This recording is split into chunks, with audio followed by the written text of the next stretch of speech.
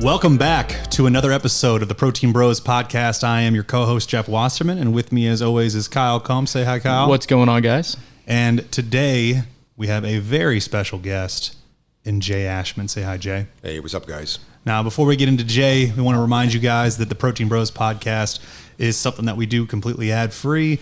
We want to join and share as many people as possible here in the Kansas City community. If you could please share up this podcast, do as much as you can as far as helping us out. That is the only way we spread this podcast is through word of mouth. So getting into what we're going to talk about today, the Protein Bros podcast is about bringing in individuals from the Kansas City fitness community that have turned fitness into a career. And there is very, very few individuals that can talk about what it's taken to get to them to make fitness a full-on career like Jay. Jay has been through all kinds of stuff in his life. Probably one of the more interesting lives I've ever met. Maybe the more interesting person I've ever talked to. So I'd love for you guys to listen in, lean in, to hear about what it takes to turn it into a full-on career. And we're going to get into that now. Yeah, man. Thanks for joining us. Thanks for having me on. Appreciate it. Yeah, man. So tell us, I guess, first off, who the hell are you and how'd you end up in Kansas City? Who am I? It's Jay Ashman, obviously, as you guys already said that. I own Kansas City Barbell. It's a private barbell club in Midtown, Kansas City, in Union Hill area, exactly. I have owned that since 2018. And make a long story short, how I got to Kansas City was via way of Oklahoma City. I was the operations manager and head coach at Brewhouse Barbell. So those of you who do follow powerlifting would know that place as Blaine Summers' home gym for a while. And met a girl in Kansas City, usually how the story goes, commuting back and forth for a while, and then decided to move in with her. Start working for City Gym out in Waldo, and just kind of do my online client stuff as I usually do. And how long have you been here in KC? 2016. Okay, so same year as us. Yeah, right about Thanksgiving. Mm-hmm. Mm-hmm. So after working for her for a while, and I had a lot of clients approach me locally about doing powerlifting training, and I'm like, well, I can't really do that at City Gym. Let's open my own gym.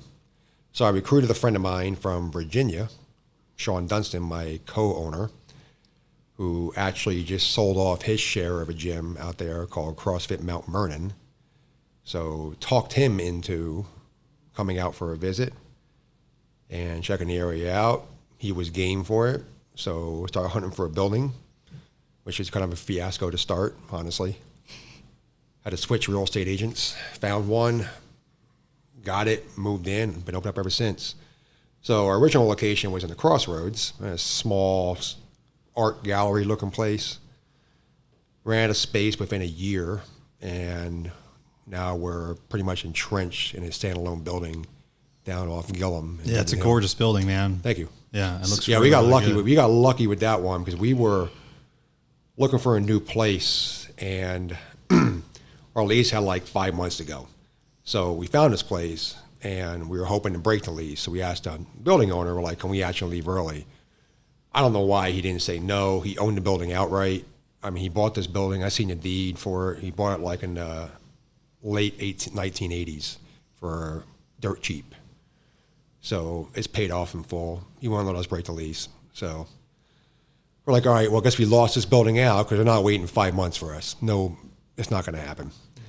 Lo and behold, we get an email from that building owner like 2 months later saying, hey, we'll wait for you guys. Yeah. I think he realized the build out for what they want to do for a restaurant would be an astronomical fortune. So they're like, wow, a gym build out is a hell of a lot cheaper. Let's go with that route. Yeah. Right. So they customized the entire building for us. Essentially, we have a brand new building with HVAC. Oh, it's awesome. Yeah, dude. It's so nice, man. It looks nice from the inside and out. Yeah, they did a hell of a job renovating it. It went from like the Hallmark bus barn where they store their employee buses to being a gym with a parking lot. And it's beautiful. I mean, he did a hell of a job.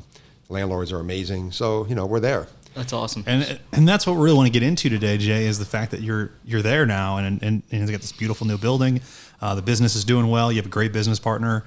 And so there's a huge story that gets into how you got to here. You know what I mean? And I was going to say, like Kyle and I, we moved here in 2016, but it took us 10 years to get to that point, you know? Yeah. I remember, so, you know, you guys opened when? In 2016 or 2018. We opened up in April of 2018, actually. April 15th, technically. Yeah. The opening day wasn't actually until May. The lease started in April. So we had 15 days to get everything together. And when we first opened up, it was like a bare bones gym, like 4 racks. Yeah. Like kettlebells, not even a full set of dumbbells. And then we just kind of grew ever since. And now, as you see in the gym, it's like you're walking into a gym. Oh, it's nice. I remember, so, you know, before I ever knew of you moving to Kansas City, I remember I started following or paying attention to things that you would post online because, you know, if you remember back in like 2010, 2011, you were pretty active on Facebook at the time. Yeah. And it might have been like Alex Vaeda's post, or it might have been, you know, I was really into Alan Aragon and, like, you know, basically a lot of the guys were, you know, science-based people, and I followed a lot of their stuff. And I would always notice you posting and adding content, and I started following your content back then. And I also have a guy that went to high school with me, Joey Kreft. I don't know if he was one of your clients. I know Joey real well. Yeah. I don't know if he was one of your clients or something like that.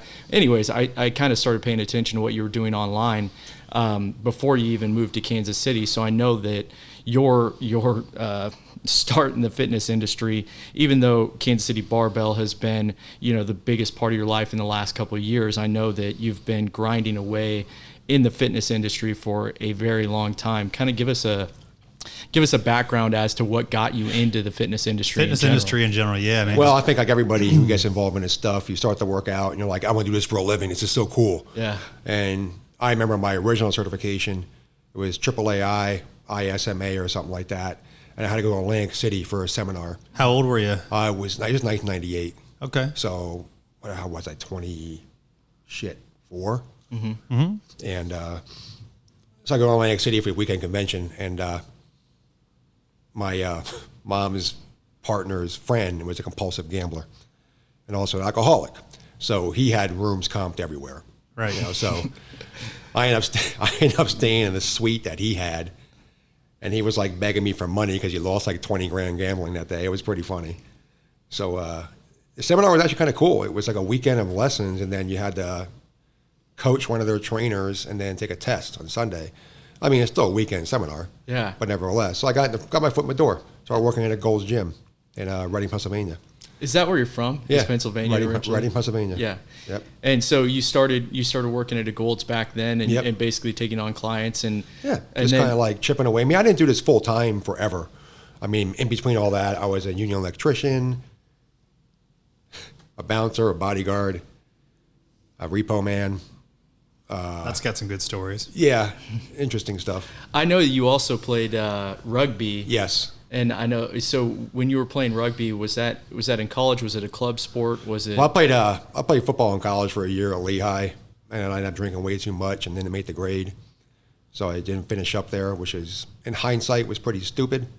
But in the same token, where would I be now if I actually got a degree from Lehigh? Yeah. I mean, I'd probably be a hell of a lot more wealthy, because Yeah. Lehigh's a good goddamn school. Mm-hmm. But I might not be in the gym business. I don't know. So everything happens for a reason, so they say. So after I had an NFL workout in '98, I didn't make it, obviously. What position were you playing then? Defensive line. And I was like 310 pounds then too. Oh my God. Yeah. And for our listeners, what do you weigh right now? I weigh, right now at this moment, I weigh 218.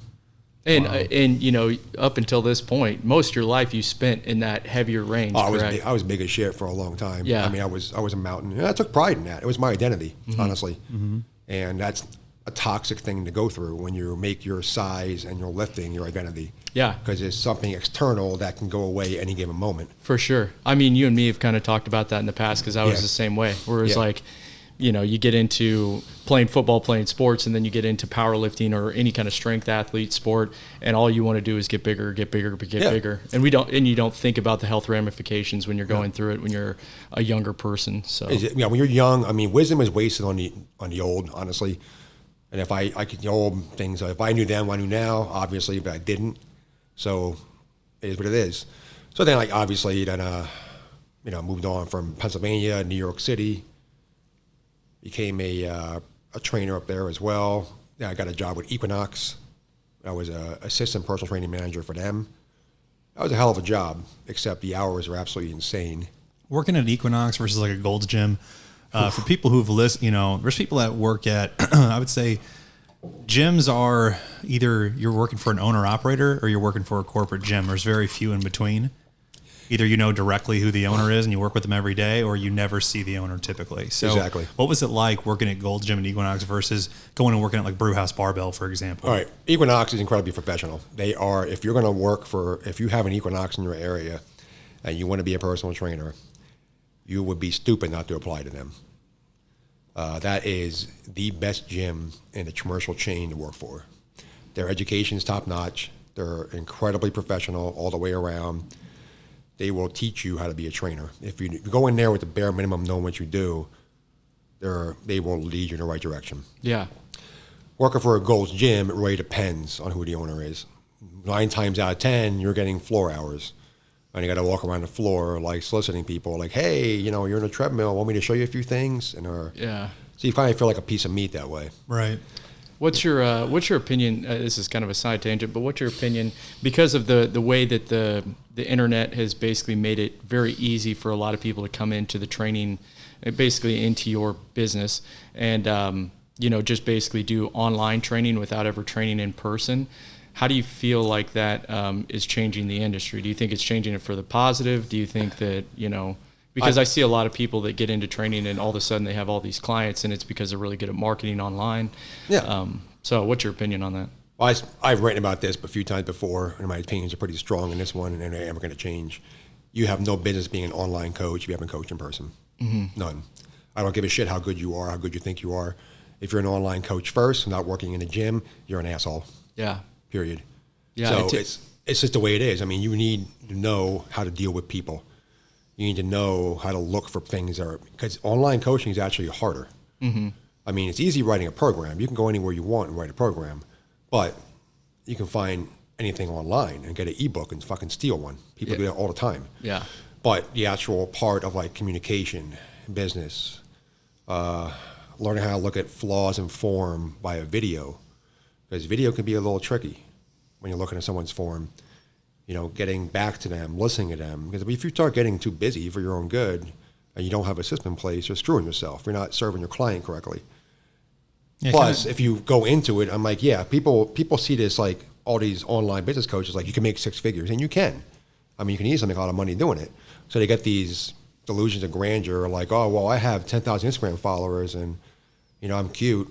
I can make $1 million. I'm like, well, it's not quite that way. Yeah. You don't just walk into a gym, jack the shit, and expect people to throw money at you. Because honestly, the only people that care about that are the people that are jacked the shit. For sure. And they're not going to fucking hire you. Yeah.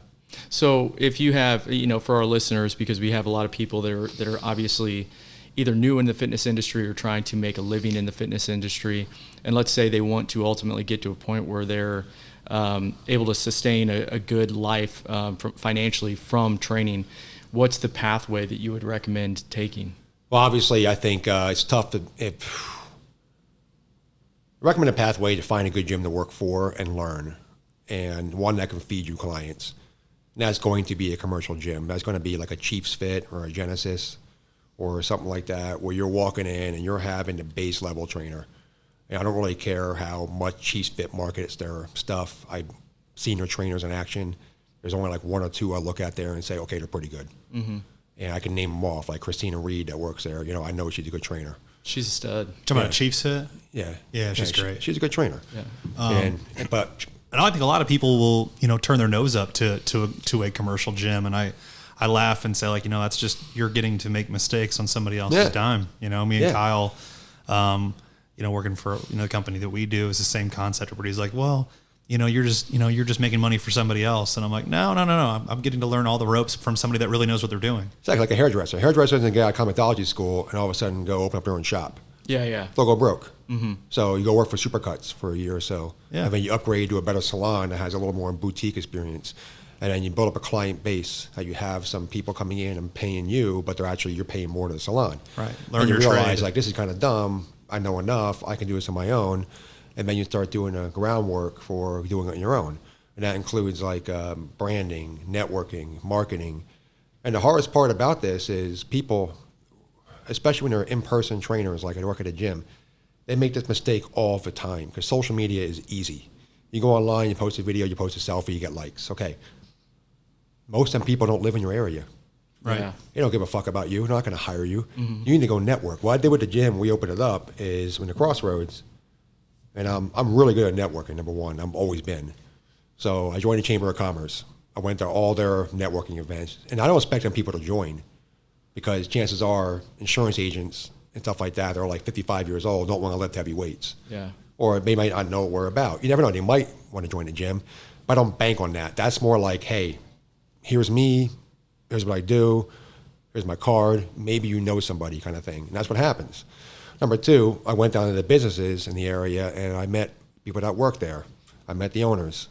So it's like a business community, which you guys know. Yeah. It's business to business networking. That goes a real long way. Because somebody walks in that, like they know people as well. They know tons of people. So they get in conversation with people at their shop and they're like, hey, I'm trying to find a gym. And they're like, oh yeah, I know this guy Jay, he owns City Barbell. Real nice guy. Because they're not going to be buying your gym, they're buying you. Yeah. For sure.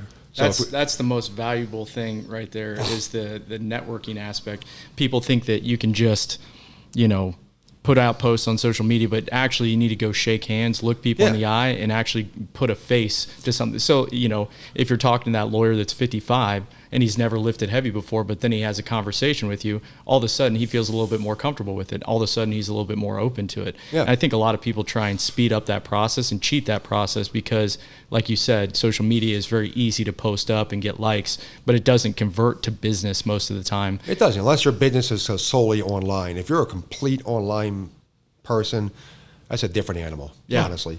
But if you have any intentions of being an in-person trainer or even having your own facility, even a garage, and even a gym in your garage you train people out of, that face-to-face interaction is like, if you're an introvert, well, learn how to be a little bit of an extrovert. Yeah. Because I'm naturally an introvert, believe it or not. And, I like being social, but I have my limits. And, but I do stuff. Like I go to charity events constantly. I donated a shit ton of money to Boys Grow. The one time I got sucked into some sob story of one of the kids, and I was like, God damn it. For our listeners, what's Boys Grow? Dude, Boys Grow is amazing. They're a charity out in Belton, Missouri, and they agricultural, business, marketing, carpentry. It's basically like teaching kids from like urban Kansas City how to do life skills. Teach them trades? Yeah, teach them trades, teach them marketing, teach them about business. And the one kid, I was there, Megan and I were there for a charity event a few months ago, and it was great. It was dinner by Fox and Pearl, which is phenomenal. And the one kid was speaking after dinner about what Boys Grow meant to him. And I'm from a city, I grew up in a pretty urban area, and I've been through some shit, with stuff. So whenever I see something like that, it always like hits me a little bit. So I'm like, man, I wish I had that when I was a kid. Maybe I wouldn't have done what I did. Gone through the same thing. Yeah.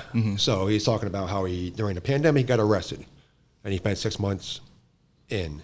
Oh, he didn't say for what, but I imagine 6 months might have been drugs. So it was basically juvie hall, so it wasn't long term. And after he got out, one of the guys from Boys Grow picked him up from the hall or the prison, whatever you want to call it. Took him back home with his mother. They had a nice long talk, he said, and then they brought him right back into Boys Grow. Like he didn't miss a beat.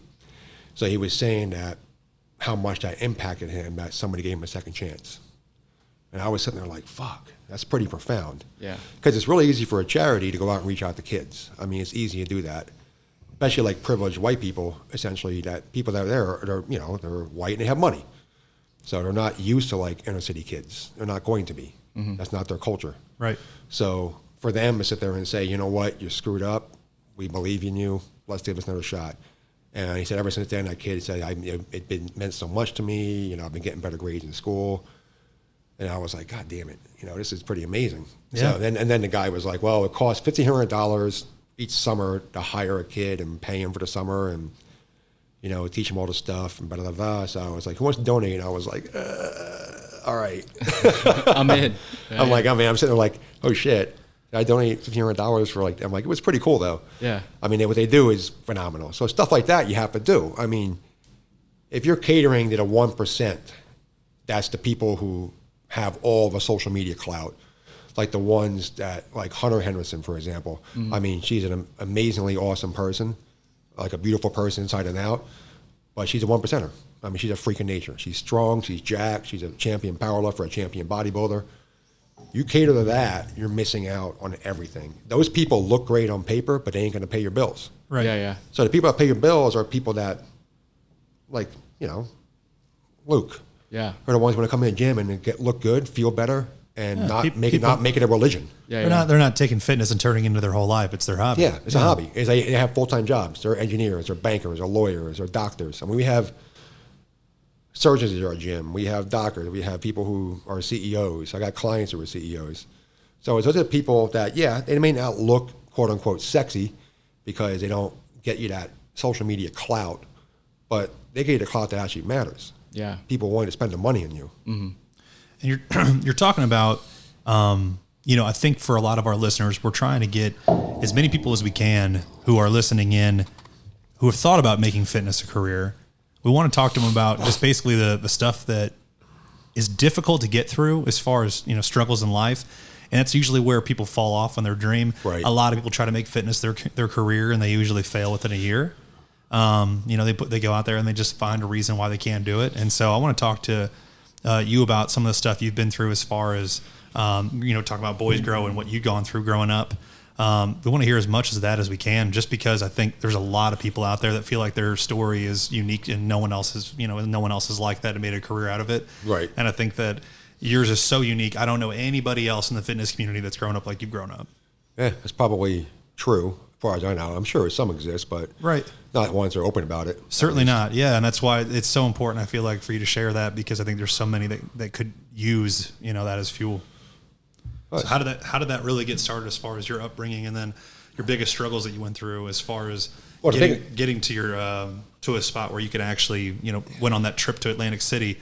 There was probably a lot that went on before that. Well, before that, obviously, my dad died when I was 15 years old. He died in my arms. He died of cancer. That was pretty traumatic. Obviously, I held him when he died. So that was pretty tough to go through. And then I rebelled quite a bit after that. Went from being like the kid who was scored 900 in the SAT test in 7th grade, never to basically missing half the school year as a senior. I just stopped caring. The pressure was enormous. I was always a smart kid.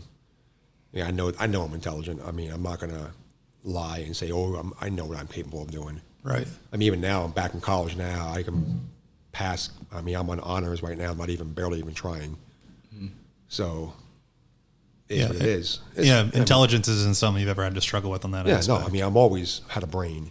It's just my impulsiveness, my emotions, my anger, my rage, that kind of stuff. It's been an issue for a long time. It's obviously better now, but then I got mixed up with a group of people that I shouldn't have. I'm an ex-neo-Nazi, so I ran a pretty prominent neo-Nazi group on the East Coast.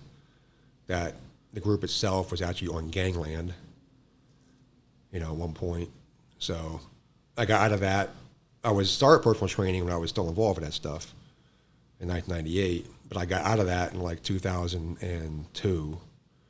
And that's pretty much when I moved to New York City because I wanted to start a new life. Because you had to get away from everything. You're basically leaving a life behind. Was there an event that made you feel like I need to move on from this? Well, the event the catalyst. I won't go into some specific stuff before that because I'm sure your listeners don't need these triggers. Right. But there was a lot of shit you see that kind of disgusts you, like violence. I've been involved with some violence, a lot. And there's stuff you see happen that makes you nauseous. And you can't believe that you're a part of this. But the event that did me in, well, I told the story a million times, so kind of it's like clockwork.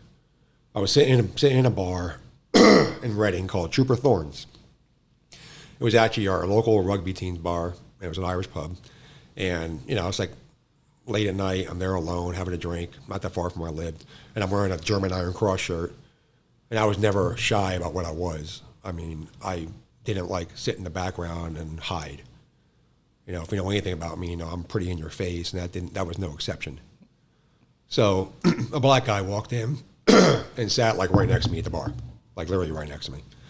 And he looks at my shirt and he's like, "Oh, well, what's that all about?" And I flat out told him, you know, I'm a white nationalist. This is a German Iron Cross. So he looked at me and he started having a conversation. And he didn't like go on attack mode, neither did I. It was like two dudes talking about everything. Just treating you like a human. Yeah, like sports, politics, race, economics. He was a pretty smart guy, you know, with some strong opinions too. And then, you know, look at my watch. We were there for like 2.5 hours shooting the shit. I had to get up the next morning for work.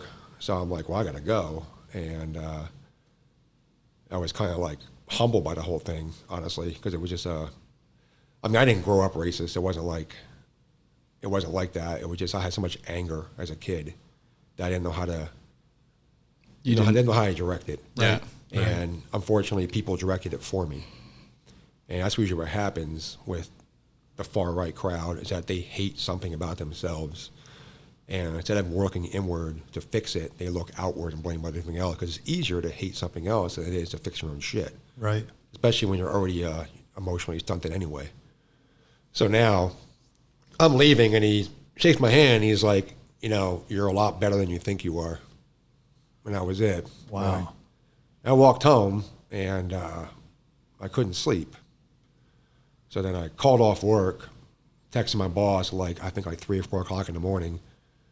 And I just said, I'm not coming in. I didn't really sleep at all. And man, the next day I disappeared from internet life with that shit. And I made sure I burned bridges in a pretty bad way. I didn't rat anybody out. I just, you know, when you're patched into a group, they give you a patch. I mean, that's like sacred property. So what I did is I took that patch and I sold it on eBay. Oh. So I had the leader of Volksfront calling me up, threatening me. And I was like, you know where I live, man. Fly your ass out. I'm like, you know exactly where I live. Never saw him. Nothing ever happened. I just pretty much just sold the patch on eBay. You know, got like $100 for it, which is kind of funny. And that's it. And then over the course of the next several years, started like systematically throwing away memorabilia that I had. I mean, I had World War II paraphernalia. I had books, literature, tons of T-shirts, music, CDs. I mean, it's staggering. Some of the shit I had in my house, I'm like, if I had it in now, I would burn it. Right. My question. So, you know, I grew up in a suburb of a little town in Kansas, and I kind of grew up playing, you know, football with mixed, you know, races. You know, you would hear little things of racial stuff when I was growing up, and nothing big. My question is, when you were going through that, who was the person? Because you said you were basically influenced, you were triggered. Your anger was basically somebody took advantage of that anger. Who was that? Was that just somebody that just approached you? Well, it's like a local tattoo shop down there that was like run by a bunch of skinheads, and I was hanging out with them. Yeah. You know, and then you go online, and Christ, I mean, back then it was still that way. It's still that way now to a certain extent. Back then it was worse with the online because there was no like outcry to shut this stuff down back then. Yeah. Internet was kind of finding its way. It was like the Wild West, right? Even more so than it is now. Oh, way so, yeah. It was nuts. So you have like all these forums up there that were like advocating violence, these websites. I mean, Christ, it was like and you have hotlines like Tom Mesker's White Aryan Resistance. You can call up a toll-free number and listen to him rant for 20 minutes. Yeah, remember Columbine? I mean, like that was from the internet as well. Yeah, it was high nuts. school kids, and they learned how to make pipe bombs online. So you basically go online, rabbit holes like you do now, and you just, especially forums like Stormfront and VNN for a while, and you just get trapped, and you basically start believing in propaganda. I mean, when people say, I can't understand how someone so smart does this shit, I'm like, television doesn't matter. It's like if you have the wrong emotional direction, you can believe anything. Right. Yeah. Well, I will say this, man, that hearing that, it makes you realize, you know, that you can overcome a lot of things, and everything's a choice, man. Everything, you know, you can go through some seriously crazy shit like that and decide one day I'm done with that and I'm going to completely change my life. Oh, yeah. Now, even after that, I buried that for 13 years. I mean, people super close to me knew about it. But I didn't discuss it with a therapist or nothing for 13 years. That must have been a tough 13 years. It was interesting. I mean, essentially it damaged me a lot because I was incapable of having a productive relationship. I was incapable of finding happiness. I was incapable of believing I deserve happiness. Yeah. And so when I finally wrote about it anonymously, and it's still up on the internet. I'll send you a link for it. I'd love to read it. And so I wrote about it anonymously. I contacted a guy who helped get me out back then, and he was like, holy shit, I haven't heard from you in years. And I'm like, yeah, I think I want to write my story now. Because he asked me back then to write it, and I'm like, I'm not ready. So I wrote it. And then one of the guys, Christian Picciolini, he wrote a couple of books. He's an MSNBC host occasionally. He contacted me, and I knew him from back in the day. And so I started talking about stuff like that in podcasts. And like the first several podcasts, I couldn't even discuss it without like breaking down and crying. It was just too tough. So then, everything in my life's getting affected. Relationships are getting affected. My relationship with my ex-wife, then wife, is getting affected because my anxiety's off the charts. And I'm unable to process emotions properly. I'm unable to express emotions properly. So I finally found a pretty good therapist. After like 4 people, I found a good therapist, finally. And one day she was like, I think you have PTSD. And I'm like, nah, there's no way I have PTSD. Because you think about PTSD, people who've seen war and shit. Right. Yeah. So I'm like, I'm not going to put that label on myself. And she go, well, you're really smart. I wouldn't put labels on people usually, but I think for you it would help. So she actually got the DSM-5 book out and started going down the PTSD questions. She's like, I'm like, yes. And she's like, well, what do you think? And I'm like, that's kind of eye-opening. Yeah. And she's like, well, how much violence have you seen? I'm like, phew. I'm like, well, I've seen and done. It's been a disproportionate share. And she's like, well, she's the reason why I said that, because you have the same emotional depth and reaction to people. She should be a VA psychologist, as people have seen like major wars and battles that I've dealt with. Like Yeah. they're just distant. Because there have been times in my life I'm thinking like, am I ever capable of feeling besides like anger and sadness? Because it was like, even relationships, I'm like, am I really in love or just this contentment? And I've always had that question where it's like, am I really in love with this person or just convenient? Because sometimes I don't really feel it. Even I want to, but I just don't. Right. That side of your brain just isn't. It was weird. It's such yeah. a shitty way to feel. And, having some answers for that really helped. So, yeah, overcoming that stuff, like you said, Kyle, it's a choice. But with that choice comes an immense responsibility. Yeah. And that responsibility is where a lot of people fail, and you have to see that thing through, because fixing your emotional state and your mental state can be very agonizing. Yeah. It's work, dude.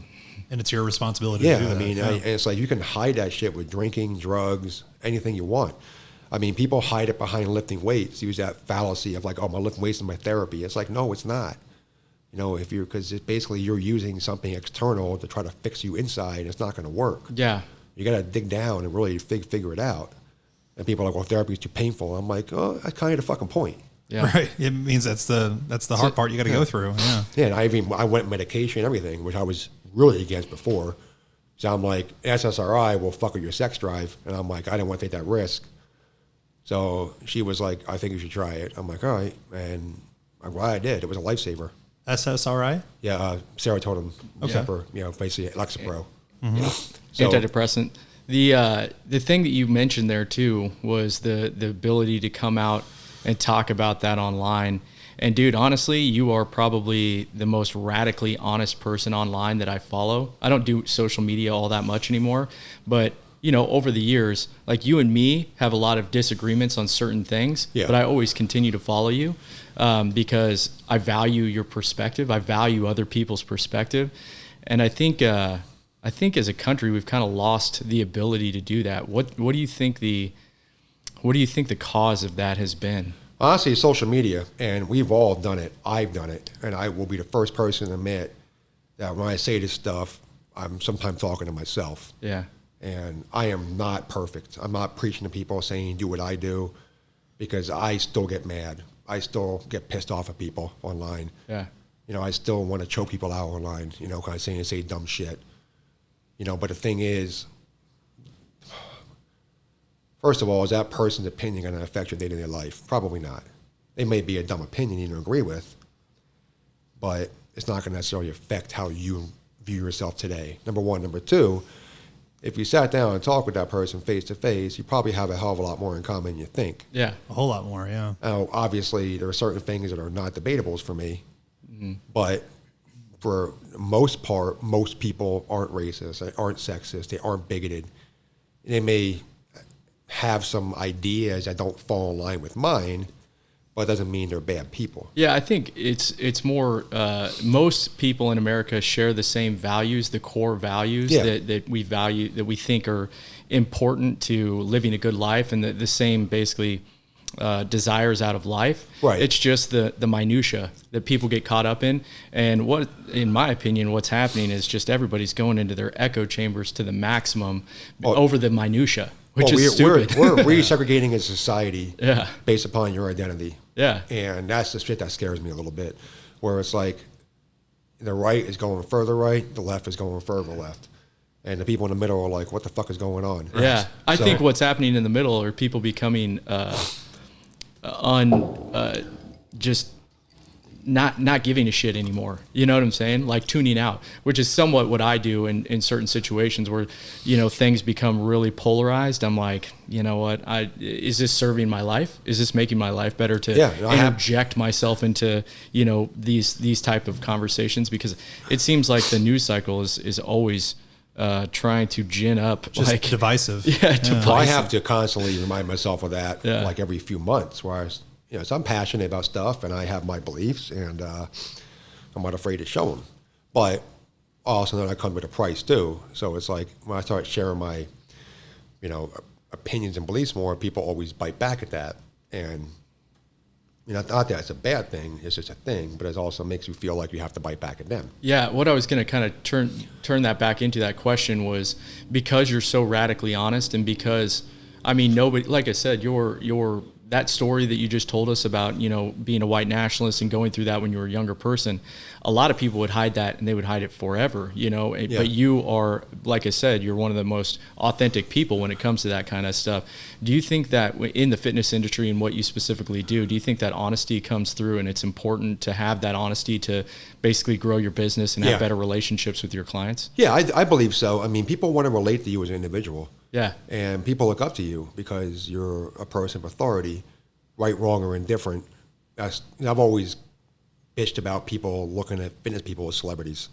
For sure. Like when Alan Aragon went through some problems a few years ago, and people looked up to him and they were like devastated, a lot of people. And some people stuck by him regardless of what he did. And obviously Alan is a good friend of mine. And I abandoned Alan as a friend back then because I was pissed off. And, recently we reconciled and started talking, and we're pretty good friends again. So people are going to be human. Yeah. But the thing is, there's a fine line between letting your followers and clients know how human you are, and you don't want to make it your entire brand. And so it's like, it's a very fine line. But being honest and authentic is a key. Because like I said earlier, people want to buy from you, because they can get training and nutrition stuff anywhere. Yeah. You can buy a goddamn app like Carbon and get, macro coaching for like $10 a month. And you can go online and find an ebook for $40. Yeah. You don't need to hire a trainer. Yeah. It's, as with our business model, it's authentically, it's just our staff, right? Yeah. I tell people all the time, I go into your store, it's almost like, for me, it's like kind of, I don't like it the wrong way, but it's like, God damn, leave me alone, motherfucker, shit. Yeah. But it's like, we always are towing that line of being a little too much. But you know what, though? It's a good thing, because that's how people remember you as. Yeah. And you go in the store, everybody's like, hey, how you doing? Have a bottle of water? Can I help you? And they're like genuinely excited to see you. Whether it's real or manufactured, doesn't matter. It's still the optics and the perception. If it's manufactured, eventually they wash out of our company. It do, of course. That's usually what happens. Yeah. The cream rises to the top. Yeah. But when you go into a store, you know what to expect in every S2 superstore. You know what to expect. Yeah, people are buying you, man. So it's like, they can they can buy a shit on Amazon. Yeah, I always tell our guys that. I'm like, with supplements and training, you can Google both, and you can have it, on your doorstep. You can have some kind of training program right at your fingertips as soon as you want it. It's what are you doing to sell yourself? And I think that that's something you do really good is you create an authentic brand that people can And even when they go to your store, it's like they'll, like Luke, when they come in and like, oh yeah, I talked to Luke today, or I talked to, so-and-so today, or Trevor, they don't remember that person. That's what they do. It becomes that name, that person becomes part of their lives in a small part. Mm-hmm. Yeah. And that's what customer service, and that's what building a brand is all about. Because building a brand doesn't just mean like look at Nike, for example. Nike as a brand was around for years. And then Michael Jordan came in as a person that people could look at and idolize, and they increased their revenue like $150 million in like 1 year when they signed him. Yeah, they only anticipated like a $3 million increase, and it was like holy shit, because people want to relate to people. Yeah, and that's what it comes down to. We were talking about trust. I think that's super important to make this known too in fitness, especially if you're listening now and you're considering making fitness a career. People, like we were saying, can get this information anywhere. And I was saying, like, it's like we always like to relate it to the car industry, just because it's so hard to find someone you can trust, and it's always just like a famous, I went in to get my oil changed and I had to spend $1,000, and it's just when it comes to fitness, it's 100% they're buying you, and they don't want to have to do all the research. They don't want to have to look into it. There's so many different things out there. They don't know who to believe, so you're going to believe who you trust. Yeah. And that's what it really, really comes down to. And so I love your authenticity. I love that you're not afraid. If you're not afraid to tell me X, Y, or Z, then I know that you're going to be telling me the truth whenever it comes down to it. Right. You know what I mean? And I think that's something that everybody can learn from. Yeah. I mean, you got to be true to yourself. You got to say who your personality is, and just let people know who you are. I mean, that's the way training is. Or they want to trust you. So how do you make them trust you? Right. Just be who you are. Be normal. Be your person. Has that always been easy for you as far as being that authentic, or was there something there you finally, when you, let's say after that 13-year period where you weren't talking about stuff, when you finally started being, transparent about everything, did that just kind of open the floodgates, or have you kind of always been on that level when it comes to fitness? Well, when it comes to writing, I'm pretty easy to talk about myself, talk about like stuff like that, because I can disassociate through writing very well. Mm-hmm. And I'm a pretty good writer, so I can actually just get across things easy by writing. It's not that hard to do. When it comes to talking about my feelings, that took some work. Because that's a vulnerability that I wasn't really comfortable with. Because I was raised in a different era than people are today, where like 30 and under. I assume most of your audience is going to be like 30 and under, maybe 35 and under. I don't know. Mm-hmm. So I'm 46, be 47 in a month. Actually, 47 in less than a month. So my era was different. You were taught to man up, suck it the fuck up. My dad was kind of a dickhead as a dad, honestly. It wasn't like I didn't really get any affection at home from him. It was even in school, it was like when you get bullied, it was like, we'll just fight back, which is fine, but it doesn't really, you have any way to like, you're not solving different era. Yeah, you're just not solving problems. And then I was like in like toxic relationships for a long time too, where it's like, because when you act a certain way, you're going to attract a certain person. That's the fact of the matter. If you want to attract a high quality person that is a good human being, well, you got to be a fucking good human being. Yeah. 100%. I wasn't a good human being. I was a piece of shit. I was drinking all the time. I was fighting constantly. I was, fucking Sig Heiling white power bullshit. So I'm not going to attract a girl that wants to be decent. So you're involved in relationships that are toxic, and you don't act vulnerable around that because your image isn't that way. Yeah. So learning how to be vulnerable by expressing myself verbally took a lot of work. Yeah. And that was not easy to do. That's super important. Well, it's still not easy. No, it's not easy at all. No. I mean, I have flashbacks too where it's like, but I've been better at it, obviously. But like you said, man, having that trust with yourself. If you're vulnerable with people and you're able to express, not just give out people like information, because every trainer out there wants to put out the usual like calories in, calories out, lift heavy, you're going to get bulky. I mean, you can look down the list of like all the cliche trope people say. Man, there's some serious cliches in the fitness industry. It's nuts, but they're all true, and they're all just repetitive. Yeah. Right. And I always tell people, I'm like, yeah, your audience wants to hear that. They want to hear it from you. Yeah. So be repetitive. There's nothing wrong with that because they're speaking it from your point of view, and your audience is following you. Yeah. Even though you may think it's repetitive, maybe they don't. Yeah. So the same thing, but then intersperse that with like, talk about yourself a little bit. Like I bought a Harley. I talk about that. People like it. I post stuff when I'm going out. You know, I share things like my drinking, stopping drinking. Mm-hmm. You know, people look at you and they sometimes think like this person ain't human because they're big, they're jacked, they're attractive, they have a good business. And it's like, dude, no, I'm just like you. Yeah. I just have decent genetics and I work my dick off in the gym. Mm-hmm. And I eat a certain way because I'm fucking psycho. But but it's like not everybody wants to do that. But they can relate to your human side. Yeah. And be like, wow, this guy's going through something I went through. He understands. Yeah. Kind of thing. That's why, you know, the forward track is why representation matters too. Yeah. Where it's like women and minorities in the fitness community, that's why they're so important because you're reaching a population that I might not be able to reach. Yeah. You know, I'm not ever going to sit there and say that every black guy is going to trust me to be their trainer. And they might not. They might be comfortable with one of their own being a trainer. Yeah. And that's perfectly cool.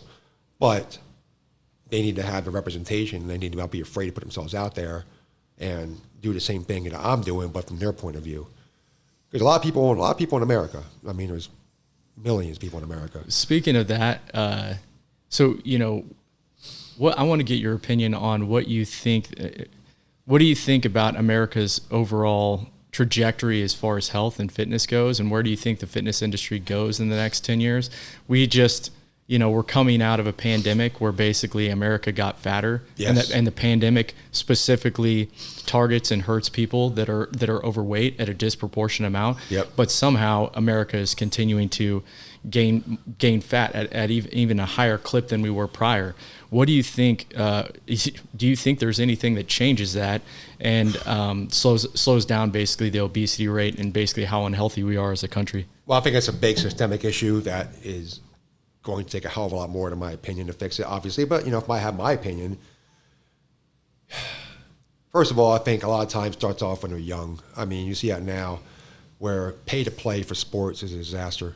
Yeah. I mean, if you're a kid in Little League or any kind of school at all, you shouldn't be paying anybody to play a sport. Mm-hmm. I mean, that should be somehow subsidized by the school or community. You need to promote physical activity among children.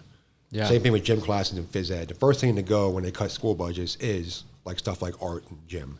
That's usually the first thing to go. Both are critical to a child's development. Gym, physical activity, art for the abstract. Right. You know, because art is a creative outlet. For some people, it's a lifesaver. Yeah. And there's no reason why that should be cut. So that's number one. Number two. Number three is our reliance upon easy food, and our reliance upon large portions. Like when I was a kid, a McDonald's small was a large. Yeah. I remember little paper bags of fries that were like tiny. Now, a small fry is an old large. So every restaurant you go to, like especially a chain restaurant or like a barbecue joint, the portions are humongous. Yeah. So you're pretty much that subconscious thought process, like I must eat what's on my plate. You got to have a happy plate. Yeah. Clean it. I think too, it's, you know, how many people we talk to, you know, in the store every day where you're like, well, yeah, you need a protein with that. And they're like, well, what's the when you protein? say protein, what do you mean? And Yeah. it's like, man, if we're not even at that base level of knowledge of health, and it's like, oh, yeah, holy shit, how do we stop this train? Oh, Because exactly. it's crazy. Yeah, people, I mean, I remember a health class in school myself, and we didn't learn about food. Yeah. I mean, we had home ec where we cooked a little bit, but it wasn't like an education about protein, carbs, and fats. It wasn't education about, hey, this is what we learned food about was. fucking high cholesterol and blood pressure, and it's like, Yeah. well, I won't need to learn that for 40 years. Yeah. Like, so I always like argue, why are we not teaching kids if they want to have abs? Here's how. You know what I mean? If Yeah. you actually want to like put on muscle, this is how you put on muscle, because that's the only thing we're concerned about when we're teenagers. Like, Yeah.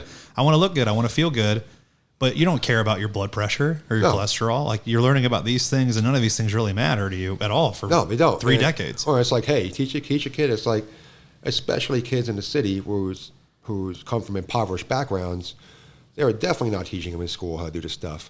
And then they're in food deserts. Man, they're shopping at Dollar Tree for food, where they're getting Vienna sausages and macaroni and cheese. Right. I played football in junior college, and I had some guys that I played with that were from inner city, like really, really rough areas, and they would come to us, and they would instantly, in the first semester, they'd gain 50 pounds. And you'd be like, dude, how did you gain 50 pounds? They'd be like, well, dude, they give you free lunch here. He's like, half of them, they weren't eating lunch on a regular basis, and they'd be like, our school also didn't have a gym.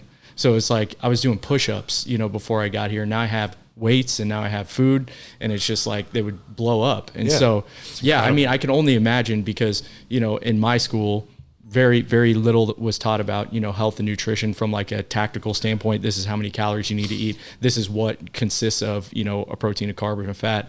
And, for inner city schools like that, which you're dealing with, issues outside of just learning, you're dealing with, the hardships that most of those kids have to deal with at home.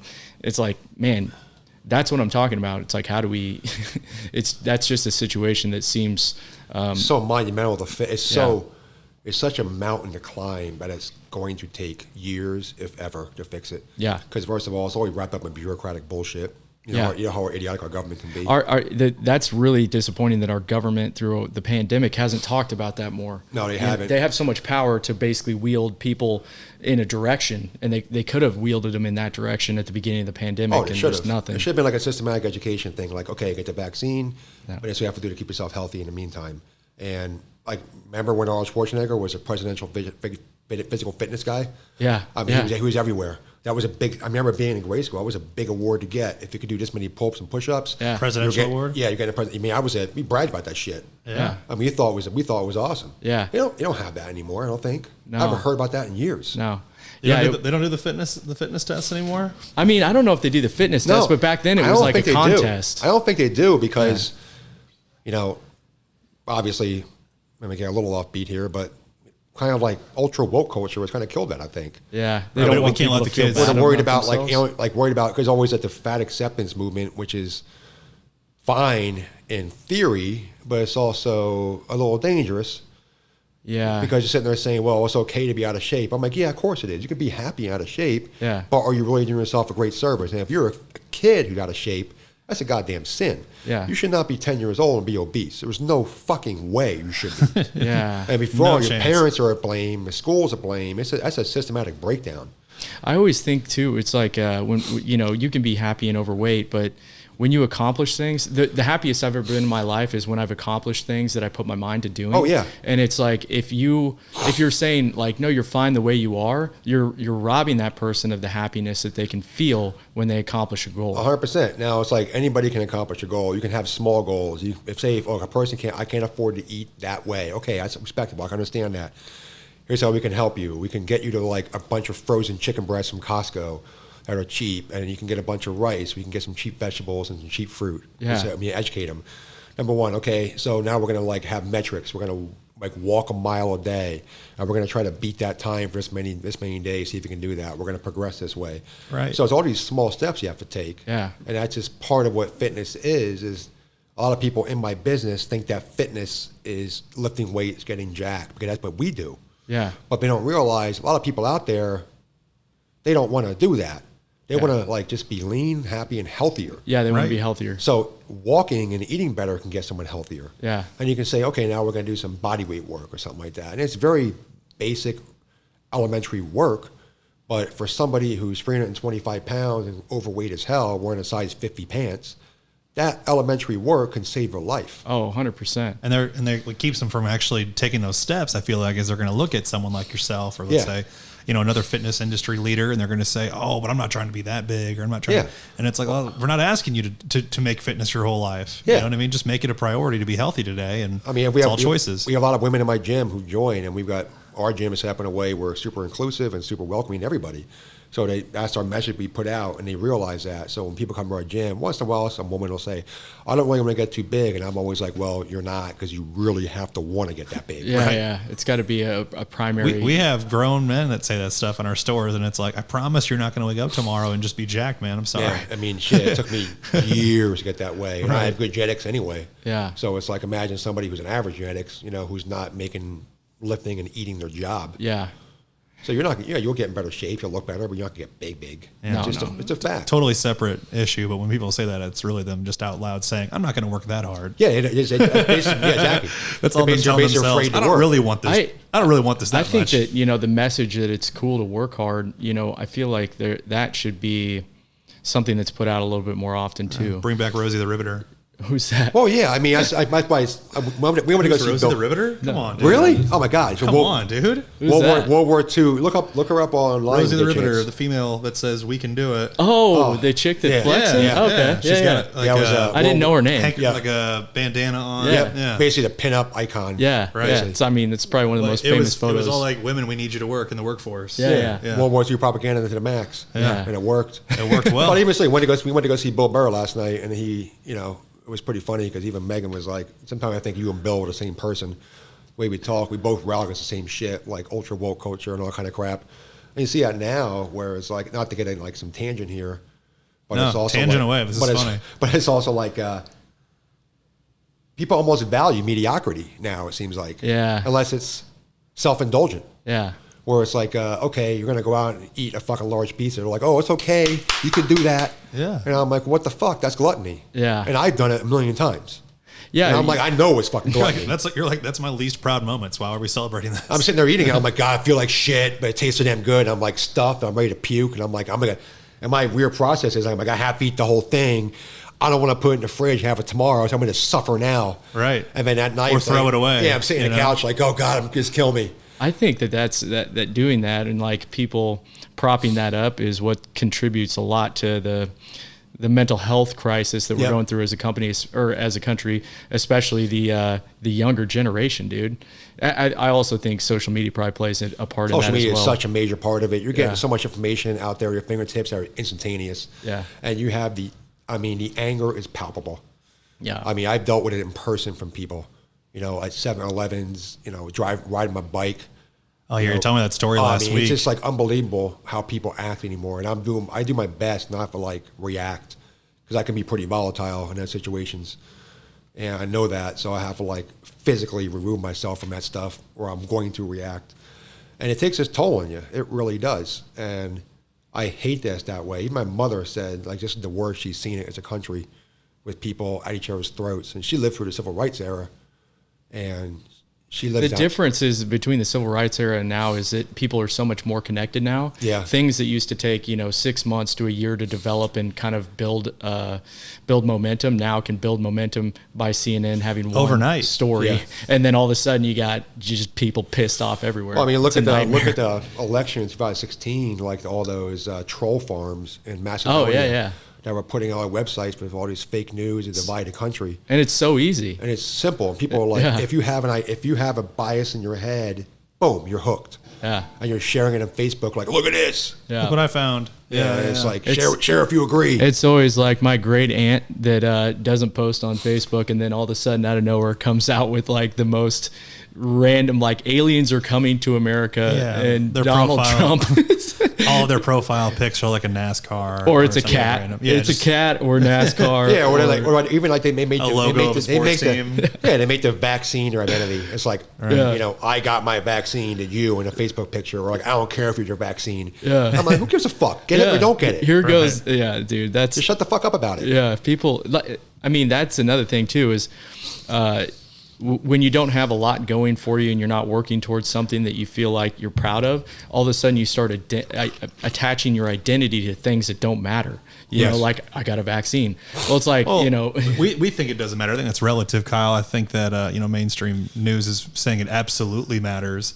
And they want to feel like they have some purpose. And so but if you're proud, they're out here doing the right thing. And the mainstream news is now 24. I mean, you could turn on any, Christ, I have, cable, my life cable, I have a Roku. That sounded good. Jesus. Jeez, dude. It sounded like a gong. Yeah. Just so you, Rosie didn't see that, that was Jeff touching his glass to the microphone just shield. Knocking the shit out of it. It sounds like Chuck Barris in the motherfucking Gong Show. Some really good microphones. I know, holy hell. That was amazing. But even like mainstream news, it's a 24/7, 365 blast. Oh, yeah. And it never stops. Oh, God. And it's like, they got to hunt for information. So they're like, okay, we got to hammer the story until it goes blue in the face. Yeah. And then you're like, shit. And then all of a sudden you read the comments, which you shouldn't do ever. Right. But you always do because you're a fucking dumbass. Yeah. I mean, you see people like either bitching gonna and feed your moaning. You're like, bias or God, it's people gonna piss fucking you suck. off. Yeah. Some guy whose name is like, Trump blew me 555, and it's like he's talking about something, and you have like liberal, whatever the fuck you call it, behind him talking about something. It's one big argument. Yeah. And Facebook's the same way. Twitter is like a cesspool of that. And I enjoy Twitter, but man, Twitter is psychotic sometimes.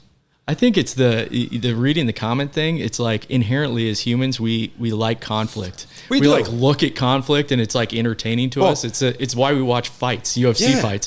It's basically the same thing as why you read comments like that. And Bill Burr said that last night too. Was one of his most poignant parts. I mean, he's funny as a comedian, but he has some pretty goddamn good points. Yeah. I look at him as like a less intelligent, not as intelligent, but less impactful George Carlin. Yeah, George Carlin had some great. I mean, I saw him live years ago, and that was a moment. I would say that. It must be incredible. Yeah. Oh, he was unreal.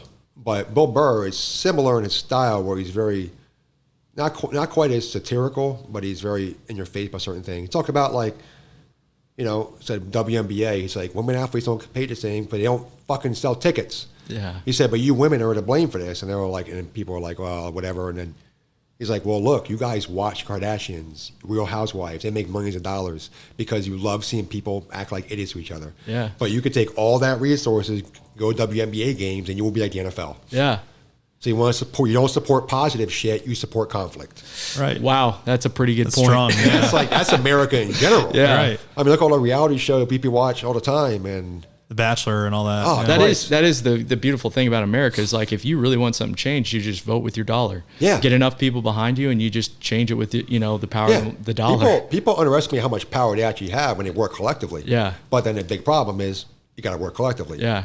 The real big problem is nobody wants to watch the WNBA. It's females. They would rather watch the Kardashians. Yeah, and it's like, I don't know if that's a good sign for our country. No, it's not. I mean, when the Kardashians, I guess they had their last season. I've never watched that show one fucking time. Yeah. But I know what's going on from like vaguely because people talking about it or see it like in Yahoo News, like Kardashian show is finally ending. I saw Kim at the Met Gala was like a locked character from a video game. Yeah, she just wore like a all black, like her whole face and arms and. People. She was just all black. She was just wearing like a. She was wearing like a sock over her head. Like she was just wearing all. She was just black. Yeah. Oh shit! It was pretty wild. She looked like a locked character in a video game. Yeah, it was basically like a green screen type of chick. What the hell? I was like, well, that's actually kind of weirdly, oddly sexy in a way. Yeah. Maybe her breaking up with Kanye was good for her. Right? Very possible. I don't. I think the only thing I saw from that was the Megan Fox. Oh, that was definitely the most shared person I saw. Yeah, her dress was. Just see. It was like it was three dudes talking about the Met Gala. She's dating. I saw Machine Gun Kelly. Conor McGregor try and fight. Machine Gun Kelly. God, he's such a piece of shit. Yeah, I was like, what is going on here, dude? He just threw a drink at him in the middle of a red carpet. Yeah. Like, that's He's just trying to stay relevant in the worst way with like the shittiest fighting record recently. That's all I'm it like, is, bro, yeah. just shut up. Just take your money and just take the most popular guy in pop culture and throw a drink on him. That's why. I'm like, your whiskey sucks. You suck. Hey, whiskey does suck too, by the way. Does it? Oh, dude.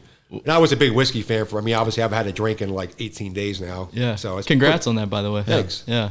And I'm a big whiskey connoisseur, and I've tried it, and it's pretty fucking terrible. Yeah. I had you over here, like day 4 on that? Yeah. And you're like, damn, this is a lot. I was like, If I was still drinking, I'd be like over here, like laying in his couch, blacked out by this point. So those who can't see it, Jeff has like some pretty impressive selection of booze here. Yeah, Jeff was smart when he moved into this house. He had a party, and it was a bring some booze party, and everybody stock the bar party. So Yeah. people were buying some good booze, like Whistle Pig 10 and 12. Did you see that smoke wagon up there? That's a smoke. That's a rare one. Wow. That Whistle Pig is like one of my favorites I've ever had. We had a Whistle Pig 15 year. Something like that. It was delicious. Oh, It was Harry's so Country good. Harry's Country Club Right up the street. has the Boss Hog 7. Oh, no kidding. So on Sunday it's 40% off Medicine Cabinet. Yeah. So it goes from $60 a pour down to 26. Nice. So if you're gonna try it, To try it there. I try it. Now he's loose over there going, what? $60 a pour for that is worth it. It's a $500 bottle. Now I've had most expensive bottle of scotch I ever had cost $6,000. Holy What was it? crap. And I didn't pay for it. Yeah. Now it was at a party at, remember Repealed 18th? Yeah, it's still there. Yeah. It's like Burger or something. No, North Kansas City? Yeah. It's there. 100% there. Really? Repeal I 18th. saw it was like a sign change. It's in business. Yeah, Repeal 18th. It's right there. So the guy who owns that, or I'm not sure, he owned a real estate company. That was my original realtor. And he invited me and my ex to some Christmas Eve party. I don't know why he invited us to that thing, because it was like it was like in the top floor of that restaurant, like a little private area, like 10, 12 people, and they were all rich. Right. And I'm not. Yeah. And I'm like, why the fuck did he invite me? But he kept talking about this like scotch that he had before, because he knows I'm the whiskey guy. And he said, well, I'm going to break it out at this party. I want you to come and try it. I'm like, all right. It was fun. Like the Rieger family was there and shit. Yeah. Good time. It was cool. They were cool people. Yeah. And so the guy, the bartender, brings this bottle of scotch up, and it came out of like an oak box. Of course. Handcrafted bottle. He started talking about like how scotch is made. It was like Scotch 101. Yeah. And the dude's like fucking sweating while talking about it. He was so passionate about scotch.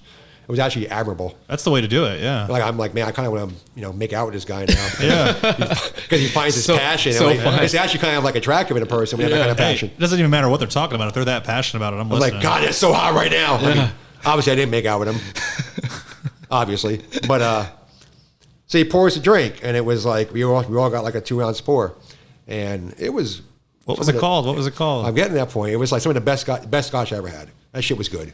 Even that got my ex-wife Sarah into whiskey, because at that point she's like, whiskey sucks, and that pushed her over the edge. Yeah. Right.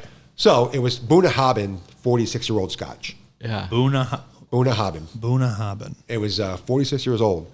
Googling 198 that. bottles made. Every bottle is hand etched in Italy. The box, I think, was handmade in Germany. There's only, at that point, there was only 6 bottles in America.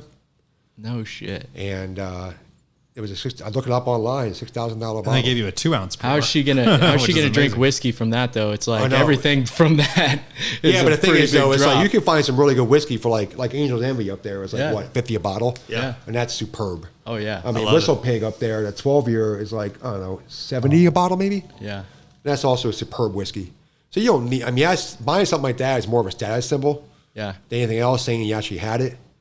But I didn't pay for it, and I was like, well, fuck, I'm going to drink this. Right. And then the bartender was like, the pour that I gave people, if I bought that at the bar, would cost $1,500 a pour. Oh my god. And I was like, ah. That's incredible that they'd even sell that. I was like, fuck. But it was kind of funny. I was like, that's some good shit. But yeah, so I love whiskey. Yeah. So I saw his house. I'm like, damn, if I was still drinking. Hey, we got to segue this. I got to ask about this before we wrap it up here, because we're getting close to time. But you are now, is this your first time ever dieting down for a show? Yes. 46 years old. About to be Yes. 47. By the time you step on stage, you'll be 47. Yep.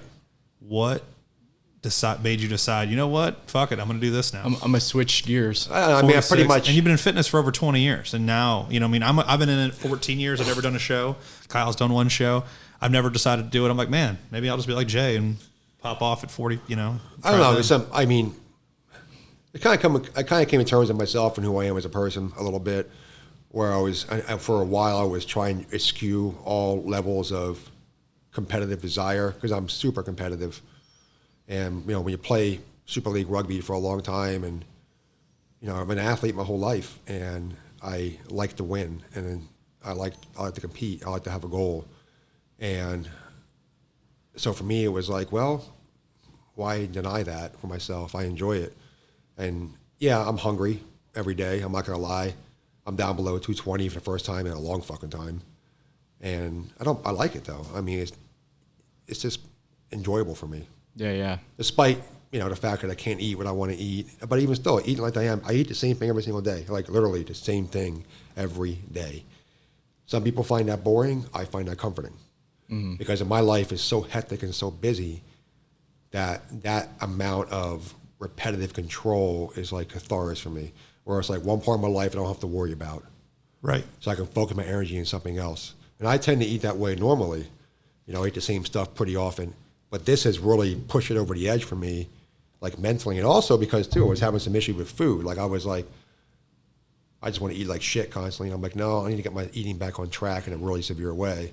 So let's just do a fucking show. I'll force it. Yeah. So, because I know me well enough to know I can turn it on and off. A lot of people can't. They can't just flip that switch and all of a sudden go into like go mode right away. As a former athlete, you kind of have to do that. You know, it's kind of a waste of energy if you're just ramping up for something for a week ahead of time. It's like, no, you have to be able to, you know, do your practice, go for your motions, like if you're a football player. And then on game day, you show up and you turn it on. Yeah. You don't turn it on all week, because when game day comes, you're fucking shot. Right. Yeah. You know, mentally, you're just shot. You have to pick and choose your battles. So that's kind of what I've been doing with this. That's why I think it works well, because I can turn it on, that go gene, and just kind of like coast through it and just go through the motions. To me, it's like going through the motions. It's actually not that hard. Yeah. I mean, the hard part is like training a little bit when you're calorie deprived, because you're not as strong as you are usually. And plus, I lost 25 pounds already. So that takes its toll on some of your strength. But at the end of the day, hey, who gives a shit? Comes with the territory Like as I far said, as what you're trying dude, to do right now. That show that I did, I've dieted down. I've gotten pretty lean a couple of times in my life, and the leaner, when you get lean and you start doing cardio, and you get to the point where your blood sugar's dropping and you kind of get that dizzy feeling. Oh yeah, that's for me the worst part of being that lean, where you're like, ooh, I'm gonna pass out on a treadmill. Oh yeah, I mean, we went to Renfest last weekend. It was pretty warm walking around, and I didn't pack food with me, so I just forgot. And at some point, I'm just like, man, I'm getting a little lightheaded. Yeah. Because I'm only eating right now 2,100 calories a day, and for some people that's a lot. For me, that's like Nothing. half what I eat usually. Yeah. So I'm like, holy shit, I'm hungry, and I feel my blood sugar crashing. But I take a lot of Revive products. I think the glucose products will keep all your shit in line. Yeah. You know, and Revive you can find S2, by the way. Boom. A little plug. I got a question for you. So I think you and me basically have very similar musical tastes. You like, from what I see, 90s rap. Yes. And then you like death metal. Oh, yeah. And that's basically my two lanes. if you had to I also pick like one, country, though. but I bet you fucking hate country. I like old country. Yeah. That tells a story. The new Nashville shit, man, I can't do it. Dude, that type of country is coming back, man. I know, I'm so Sturgill happy. Simpson. There's some really good. I mean, Red Dirt stuff is yeah. pretty good. Sturgill's good. Yeah. I mean, what's his name? Chris Stapleton ain't too Say bad. Chris Stapleton probably brought that back the fastest. I'd say. But I want to know what's so if you got one 90s rap album to listen to the rest of your life, what are you listening to? Public Enemy, Fear of a Black Planet. Damn. I'm Biggie Smalls. I'm listening to Ready to Die. See, Chronic, I would Dr. pick Dre. Nation Million to hold us back, but that was 80s. Yeah, just right before. So right after, I think, no, actually, you know what? Fear of Black Planet 89 too. God damn it. But Before whatever. my time. It's by a right in the little bit. cusp. But Fear of Black Planet was like, because Nation Million to hold us back, put them on a map. Fear of Black Planet, push them over the edge. Yeah. And that was like the album that Fight the Power was on. Fight the Power came out on. And Yeah. Welcome to Terrordome. Fight the Power was like, I know VH1 had a top 100 hip hop song chart, and Fight the Power won #1. At the time, it was so culturally impactful. Yeah, Right. yeah. And it's a really good song. It's still relevant today. Still is, yeah. Yeah. I always liked the like Notorious B.I.G. was the first thing that I ever listened to where I was like, holy shit, this is a life that is completely different than mine. You know Oh, what yeah. I'm saying? He was excellent. Yeah. But he So- was still like him. I prefer Nas over him. Yeah, Nas is Like good. Nas Illmatic. And he finally won a Yeah. Grammy, which, Yeah. I mean, Took for him real. forever. I know, but Nas Illmatic, you can listen to that thing from start to finish. It's a perfect album. Yeah. It really is. Right. Well, did you like Stillmatic? Yeah, it was good. I mean, not as good as Illmatic. Right. I mean, Illmatic was a little hard for top. I don't have to ask you about your favorite death metal because you name your programming after Behemoth. Yeah, exactly. So I figured they're probably your favorite death metal. Yeah, band. I love Behemoth. They're like black and death metal. Yeah. So they're a little, and it's kind of funny. If you look at like death metal and black metal in America, it's kind of a sideshow. What people don't know is over in Poland, that motherfucker hosts The Voice. He's a judge in The Voice in Poland. That's incredible. That is crazy. I mean, I saw he just got he was getting sued or he was in jail or something and he just got acquitted of it. Yeah, I I don't think- know how their legal system works over there. it's still a weird system over there. Yeah. But he was like dating a pop star. That's I mean, wild. And it was like I read his book recently, and it was like he like dictated the book to somebody, so maybe it's like a long interview. And it was a really good book. Yeah. And he talk about like dating this. I forget her name, but she was a huge pop star in Poland. And you laugh. It's like, man, it's such a different world with cultures. If you played that for Jeff would be horrified by it. He'd be Dude. like, this is so loud, so noisy. I went to a Korn concert when I was in fifth grade. Yeah, Behemoth and Korn are the exact They're same. not the exact same, but it just means like, hey, they're in the same world. Come on now. New metal and black metal. And I know I gotta go. I forgot to even know each other. I listen to Slipknot. Come on now. New Slipknot's metal. good. I love Slipknot. Slipknot's like that band that kind of crossed over and is like, everybody loves Slipknot. Slipknot's phenomenal. Yeah. Well, I'm saying I watched them in 5th grade. Don't think that I I didn't listen to Slayer. Slayer. I yeah. didn't enjoy it, but Name one more. We need one more metal band that you know. Megadeth. It's thrash. Yeah. What's that's not good? It's just not the same genre, really. I mean, it is, but it's not. I didn't know that was. I never even heard of the got thrash. so many. I mean, what I like is Vision of Disorder, another old school band. I heard the song "I Come Blood" by Slayer, and I thought to myself, "Yeah, I don't think this is for me." That was really my song. Those were that's back on Ace Ventura days when Slayer was on Ace Ventura. Oh yeah, I mean, what a classic song that was, right? That was like the introduction of death metal into popular culture. I saw Gwar in concert years ago. Yeah, I saw Gwar with Lamb of God. It was a great concert. Dude, Gwar was a hell of a show. I was covered from head to toe in green slime. Yep.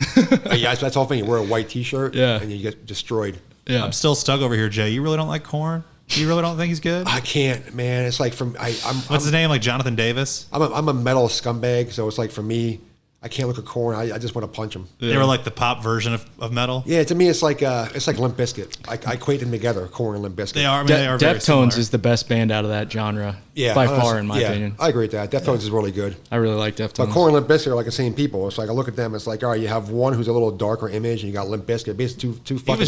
Fred Durst was just his tattoo artist, wasn't it? That's how he got into. I know what the hell he was. I think he just looked like a frat boy to me. I think Fred Durst literally was Jonathan. If his name's Jonathan, I think it's Jonathan Davis, the lead singer of Korn. It was his tattoo artist, and he was like, yeah, man, I've been like working on some songs. Where he was like, well, send me like your demo or whatever, and then Limp Bizkit became Limp Bizkit. Pretty crazy. Yeah. They all hung out at the Playboy Mansion together. The more you know. Then they go to Woodstock and help set the whole riot off. That was Jay, nice. the last question we have for you, and the most important question that you have as a transplant to Kansas City, just like us, what is your favorite Kansas City barbecue? You got one spot. Whew. Man, I feel like I'm going to be put in a spot here. I'm going to go with LC's. Ooh, LC's. Dude, I haven't tried LC's yet, but I saw Barstool went there and they posted about it, and it looked delicious. It's definitely a hole in the wall, and that's what I like about it. And they're consistent. I mean, it's greasy, it's barbecue. Their cornbread's Have you tried it? You've tried it, haven't you? We brought it to a Chiefs tailgate once. We stopped by there. So I probably had it. Yeah, I think it was like probably not the way you're supposed to have it, right? Where it's like in a bunch of like catering tins and you're just like grabbing a piece, but it was phenomenal. Nice. It's a respectable choice. Yeah. It's kind of hard to go against bar. I mean, really, any place. There's so many different opinions of barbecue here. Everybody has one. I mean, people will say Jack Stack, and I'm like, Jack Stack is decent, but I like Slaps. Slaps is actually, you know what? We went to Slaps a little bit ago the first time. It was pretty good. That's good. I was a little disappointed because the brisket was kind of dry. That might have been just that day. Yeah. Because even Q39, I've been there a bunch, and Q39 is raved about. And I went there the first time; it was delicious. A few times after that, I was like, "Damn, I feel like it's overcooked." Yeah. And then consistency wasn't there. But then again, at a restaurant like that, you're going to have those moments. I think that with Slaps, it's their burnt ends, dude. Oh, their burns are so good there. So good. Well, even Char Bar's burnt ends are so underrated. Char Bar is the most underrated barbecue in Kansas City. I'm saying it right now. It is hands down. It's so good. People sleep on that because it looks like it's part of the white boy party. It's trendy. It's part of the Westport trendy spot area, and so it doesn't get the. It's not a hole in the wall, so it doesn't get the same. People kind of love. look at it like, oh, this is barbecue. Feel like it's like a glorified Fridays or something like that, especially the outdoor area.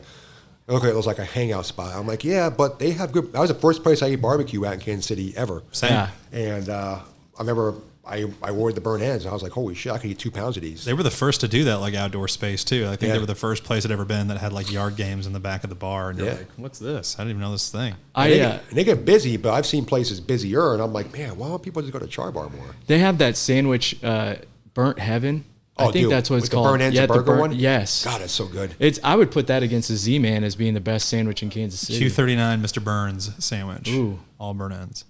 Yeah, when I first had that Z-Man, I was like, I wrote a review about the Z-Man on Facebook. I got a shitload of likes and shares. It was so goddamn funny.